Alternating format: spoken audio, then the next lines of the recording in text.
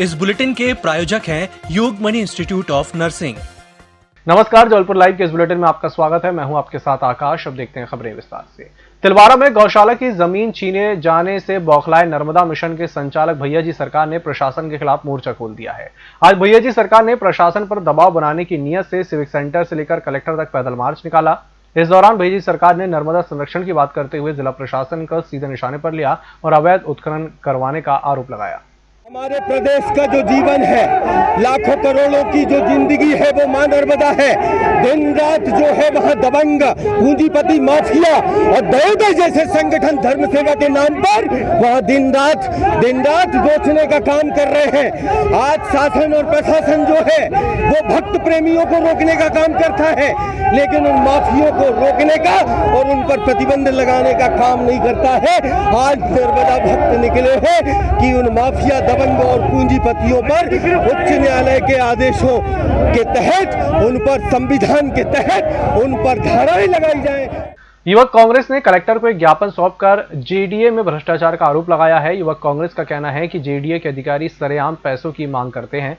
शास्त्री नगर के एक पार्क को लेकर सौंपे गए ज्ञापन के दौरान युवक कांग्रेस ने अधिकारियों के नाम लेते हुए आरोप लगाया कि 1 करोड़ के पार्क की किस्त रोककर ठेकेदार से 5 लाख की मांग की जा रही है।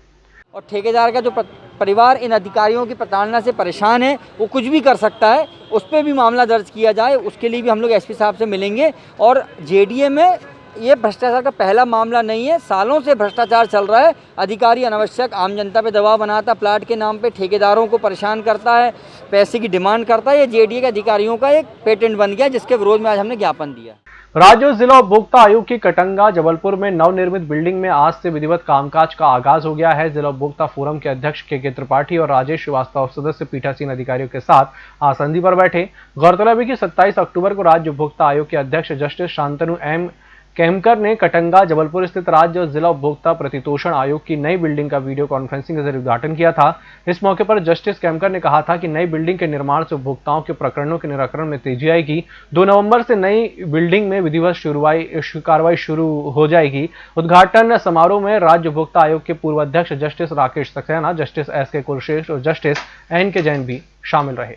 ई रिक्शा के चलन को बढ़ावा देकर शहर को पर्यावरण मुक्त बनाने के लिए 3 स्थानों पर ई रिक्शा चार्जिंग पॉइंट बना दिए गए हैं। रिक्शा की बैटरी फुल चार्ज करने का शुल्क भी महज 30 रुपए निर्धारित किया गया है। बावजूद इसके शहर की सड़कों में ई रिक्शा की संख्या नहीं बढ़ पा रही है। पिछले 4 सालों में अब तक करीब 800 ई रिक्शा ही रजिस्टर्ड हो पाए हैं। ऑटो रिक्शा की जगह ई रिक्शा को बढ़ावा देने के लिए जिला प्रशासन, पुलिस, नगर निगम, आरटीओ, प्रदूषण नियंत्रण बोर्ड के अधिकारियों द्वारा बैठक पर जो प्लानिंग बनाई गई थी वह पूरी नहीं हो पाई। ढीले प्रयासों से नहीं बढ़ रही ई रिक्शा की संख्या। कैंट क्षेत्र वार्ड नंबर 6 के पार्षद सुंदर अग्रवाल की सदस्यता समाप्त किए जाने की अब कभी भी घोषणा हो सकती है। कारण उन पर गोरा बाजार में 16 जुलाई को अतिक्रमण हटाते शासकीय अमले के कार्य में बाधा डालने का आरोप है। रक्षा संपदा अधिकारी जाकिर हुसैन ने इस घटना को कैंट बोर्ड अध्यक्ष ब्रिगेडियर RS नेगी से शिकायत की है, जिस पर कार्रवाई की तैयारी हो चुकी है। बुलेटिन वक्त तो चला छोटे से ब्रेक का, जल्द हाजिर होंगे। Yogmani institute of nursing, Jamdar hospital Jabalpur. Nursing के क्षेत्र में करियर बनाने का सुनहरा अवसर।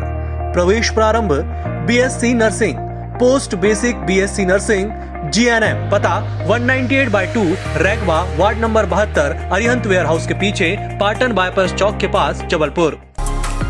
होटल गौरीश्री भोपाल शहर के बीचों बीच स्थित ठहरने की सर्व सुविधा युक्त जगह है। Room available in affordable prices और facilities free wifi, AC, TV, parking, security, lift, full sanitized room, toiletry kit. Hotel Gaurishri, hall number 8, Chittor complex, MP Nagar, zone 1, Bhopal. Phone number 7898128620। Break के बाद एक बार फिर से आपका स्वागत और बढ़ते हैं अगली खबर की ओर। इस बार करवा चौथ मनेगा तो लेकिन सेलिब्रेशन को मानो कोविड-19 की नजर लग गई हो। पूजा पाठ के साथ पार्लर, मेहंदी, सभी की तैयारियां हो रही हैं, लेकिन दोस्तों और परिवार के लोगों के साथ होने वाला गेट टुगेदर नहीं होगा। होटल और रेस्टोरेंट में होने वाली खास करवा चौथ पार्टी नहीं होगी। सुहागिनें बता रही हैं कि मन में उत्साह तो है, तैयारियां भी पूरे जोर शोर से हैं, लेकिन हर बार इस पर्व के बहाने जो सेलिब्रेशन हो जाया करता था उसकी कमी बहुत खल रही है। बाहर तो बाहर, घर पर भी आसपास की सभी महिलाएं एकत्रित होकर जो पूजा वगैरह करती थी वो भी नहीं हो पाएगी, और जो कर भी रही हैं तो शारीरिक दूरी का ध्यान रखकर। यही नहीं, पूजा और सुहाग की सारी सामग्री के साथ सैनिटाइजर, मास्क भी इस बार करवा चौथ की शॉपिंग में शामिल हो गए हैं। महिलाएं कहती हैं कि करवा चौथ पर जो साड़ी पहनने वाली हैं वो तैयार हो गई है, साथ ही साड़ी की मैचिंग का मास्क भी, जिससे करवा चौथ के विशेष मेकअप और स्टाइल में कुछ खास फर्क ना पड़े। रांची थाना क्षेत्र में मस्ताना चौक के पास बीती रात दो लुटेरों ने बाइक सवार अधिवक्ता को रोका और चाकू की नोक पर उनसे लूटपाट कर बाइक लेकर भाग गए। लुटेरों ने अधिवक्ता से नगद 5000, मोबाइल भी लूट लिया। लूट का शिकार हुए अधिवक्ता पैदल अपने घर पहुंचे और सुबह थाने पहुंचकर रिपोर्ट दर्ज कराई। लूट की रिपोर्ट दर्ज कर पुलिस हुलिये के आधार पर लुटेरों की तलाश में जुटी हुई है। सूत्रों के अनुसार रांची निवासी अधिवक्ता भगीरथ चौधरी ने थाने पहुंचकर रिपोर्ट दर्ज कराई है। कोरोना के चलते 222 दिन बाद आज सेंट्रल जेल में बंदियों से परिजनों ने मुलाकात की। जेल विभाग के निर्णय के बाद सेंट्रल जेल ने पहले ही इसकी पूरी तैयारी कर ली थी। मुलाकात करने वालों को कोरोना गाइडलाइन का पालन कराते हुए प्रवेश दिया गया। मुलाकात की अवधि सुबह 8 से दोपहर 2 बजे तक तय की गई थी। एक बंदी से 2 परिजन अधिकतम 10 मिनट तक मिल पाए। सेंट्रल जेल के अधीक्षक गोपाल ताम्रकार ने बताया कि वैश्विक कोरोना संकट के चलते 25 मार्च से बंदियों की मुलाकात प्रतिबंधित कर दी गई थी। अब लॉकडाउन खुला है तो जेल विभाग ने भी मुलाकात पर लगी रोक हटाने का निर्णय लिया है। बंदियों से मुलाकात में कोरोना गाइडलाइन का सख्ती से पालन कराया जाएगा। वैश्विक महामारी कोविड-19 के कारण 25 मार्च 2020 से मध्य प्रदेश के जेलों में कैदियों की उनके परिजनों से मुलाकात बंद कर दी गई थी और वो लगातार कई बार बढ़ाई गई। वो प्रतिबंध 1 नवंबर से शिथिल हुआ है। कल चूँकि संडे था तो आज से जेल परिसर में मुलाकात चालू हो गई। मुलाकात बंद करने का उद्देश्य था कि बंदी जो सामूहिक रूप से रहते हैं उनके अंदर संक्रमण ना फैल सके। अब चूँकि लॉकडाउन हम 5 से आगे बढ़ गए हैं, मुलाकात भी चालू की गई है। इसमें विशेष ध्यान रखा जा रहा है कि जो मास्क लगा के आएगा उसी को मुलाकात दी जाएगी। हैंड सैनिटाइज करना होगा और सोशल डिस्टेंसिंग का पालन करना होगा। एक व्यक्ति से 2 लोग ही मिल पाएंगे, इससे ज़्यादा भी हम अनुमति नहीं दे पा रहे हैं क्योंकि अभी हमने शुरू किया है। हैंड सैनिटाइज के लिए हमने व्यवस्था की हुई है। ये समय भी हमने थोड़ा बढ़ाया है। आईपीएल में सट्टेबाजी की बुराई केवल वयस्क ही नहीं बर्बाद कर रही है, बल्कि किशोर बच्चे भी इस बुराई के मकड़ जाल में तेजी के साथ फंस रहे हैं। संस्कारधानी में घटित एक सनसनीखेज वारदात में शाहपुरा जनपद पूर्व अध्यक्ष के 16 वर्षीय बेटे ने फंदे से झूलकर आत्महत्या कर ली। ये 10वीं का छात्र था। परिवार के इकलौते बेटे के इस कदम से गांव वाले भी सन्न हैं। प्रारंभिक छानबीन में पता चला है कि किशोर आईपीएल क्रिकेट सट्टा में हजारों रुपए हार गया था। सटोरिये से कर्ज भी ले चुका था। उस पर पैसे लौटाने का दबाव था। सटोरिये घर वालों को बताने की धमकी दे रहे थे। कोरोना से स्वस्थ होने पर 1 नवंबर को 47 व्यक्तियों को डिस्चार्ज किया गया। वहीं बीते 24 घंटे के दौरान मिली 1687 सैंपल की परीक्षण रिपोर्ट में 30 नए मरीज सामने आए हैं। डिस्चार्ज हुए 47 व्यक्तियों को मिलाकर जबलपुर में कोरोना के संक्रमण से मुक्त होने वाले मरीजों की संख्या 12023 हो गई है। जबलपुर का रिकवरी रेट बढ़कर 93.65% हो गया है।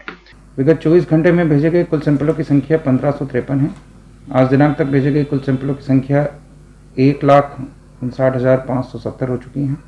प्रति 10 लाख जनसंख्या पर लिए गए सैंपलों की संख्या 57,475 है। आज दिनांक को प्राप्त रिपोर्ट 1687 है। विगत 24 घंटे में संक्रमित व्यक्तियों की संख्या 30 है। आज दिनांक तक कुल संक्रमित व्यक्तियों की संख्या 12,837 है। विगत 24 घंटे में डिस्चार्ज किए गए व्यक्तियों की संख्या 47 है, अर्थात 47 लोग स्वस्थ होकर घर गए हैं। अभी तक जो डिस्चार्ज किए गए व्यक्ति हैं उसमें 12,023 लोग डिस्चार्ज हो चुके हैं और ये स्वस्थ होकर घर जा चुके हैं। अभी तक हमारा रिकवरी रेट बढ़कर 93.65% हो गया है। विगत 24 घंटे में मृत व्यक्तियों की संख्या 1 है। आज दिनांक तक कुल मृत व्यक्तियों की संख्या 204 हो चुकी है। वर्तमान में जो एक्टिव केस बचे हैं वो 610 हैं। कुल सस्पेक्ट व्यक्तियों की संख्या 593 है।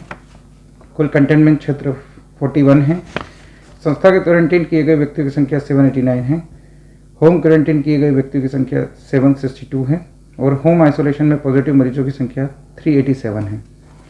हमारा जो कोरोना कंट्रोल रूम हमने स्थापित किया है, जिसे हम district Covid and command control centre कहते हैं, वहाँ पर हमने 24/7 कंट्रोल रूम के नंबर पब्लिश किए हैं। एक बार पुनः मैं उन्हें दोहराता हूँ, 0761 263 7500 से 505। इन नंबरों पर आप कभी भी फ़ोन करके और कोरोना से संबंधित किसी भी प्रकार की जानकारी इसमें प्राप्त कर सकते हैं। अभी मैं बार बार हम ये कहते आए हैं कि ठंड का सीज़न अब शुरू हो रहा है और त्योहारों का समय भी चल रहा है।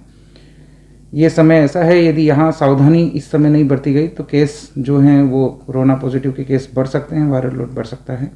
इस बुलेटिन में फिलहाल इतना ही। इसी के साथ मुझे दीजिए इजाजत। नमस्कार।